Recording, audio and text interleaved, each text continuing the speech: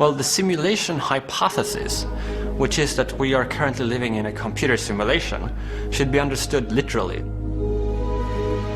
It's not just in a metaphorical sense, whereby one could view the universe as a simulation, but literally we would be living in a simulation created by some advanced civilization in a computer that they have built in their universe. And everything we see and our brains themselves would just be parts of this simulation. And if we are simulations, might we have been simulated for a purpose? Might our existence not be down to chance? Might there after all be a creator with a grand design, just as our ancestors believed?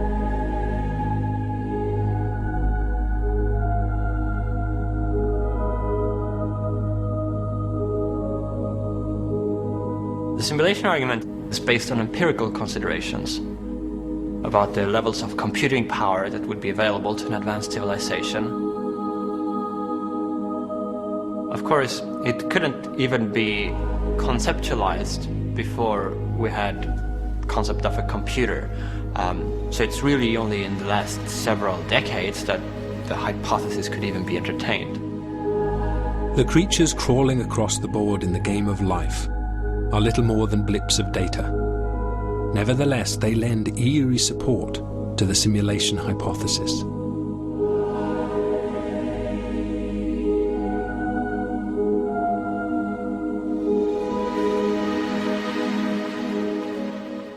The rules of my life game are tiny, trivial things.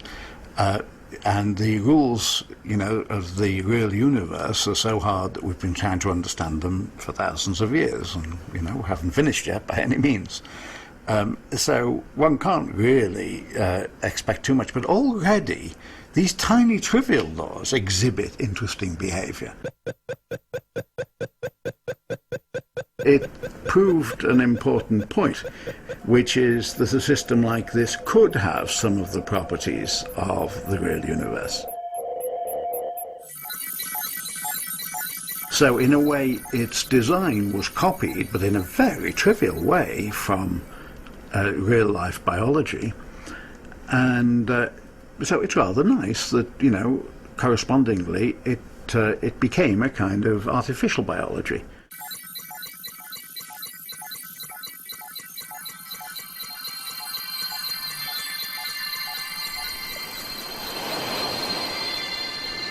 We can't be certain to what extent the actual laws governing the natural world are similar to those in the game of life.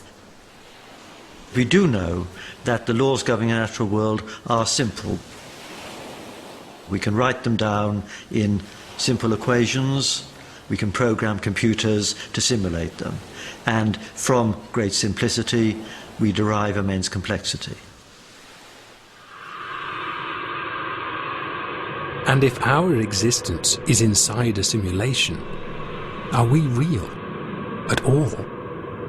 Speculations about the nature of reality and whether it might be an illusion or a dream goes back for hundreds of years, for thousands of years. Philosophers have been pondering these questions. If we are in a simulation, does that mean that nothing is real? I think a better way of viewing it is that it would mean that reality is something slightly different than we thought. For most practical intents and purposes, you would still behave as you would do anyway. We have no reason to get depressed by sort of philosophical implications of these things, because, the everyday aspects of life are always going to feel the same, regardless of whether we actually have free will or not, regardless of whether the universe is going to end in a big rip or a big crunch, And I think for all the thinking we humans like to do about the big things, what really, really gets to us emotionally are the everyday little things. And they are what they are. If we are a simulation, then in the ways that matter to us, we are real enough. Whatever force has guided our creation, mathematical or intelligent, it has constructed from simple atoms a creature capable of thinking beyond the limits of physical investigation. These kinds of arguments show at the same time the limitations to the reach of the human intellect, in that we're discovering how our little corner of the world might indeed just be a small corner of a vastly bigger world than we never imagined. And that we might never, even in principle, be able to reach out and look at the other parts.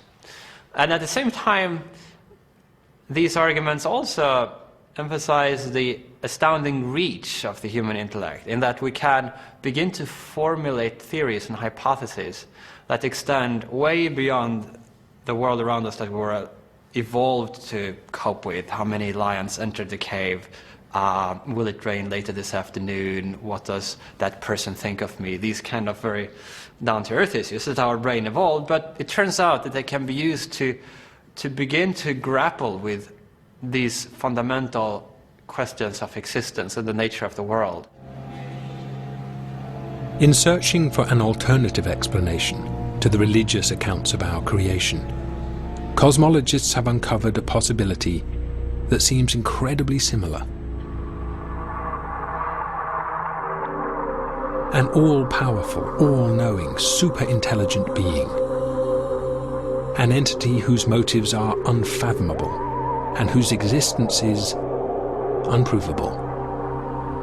It's very important for us physicists to not dismiss ideas just because they're weird. Because if we did, we would have already dismissed atoms, black holes, and all sorts of other marvelous things. And actually, when you ask a basic question about the nature of reality, don't you expect an answer which is a bit weird? I think anything but weird would be a big letdown. And so frankly, I think, let's just accept that the universe is weird and view that as part of its charm.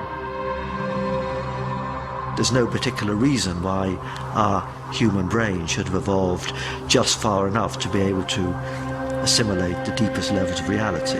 What is amazing is that we've been able to make so much sense as we have of the external world. I believe when the history of science is written, then what's been discovered about our universe in the last decade or two will be one of the most exciting chapters. But the key question, of course, is what we still don't know, and that is the challenge for the coming century.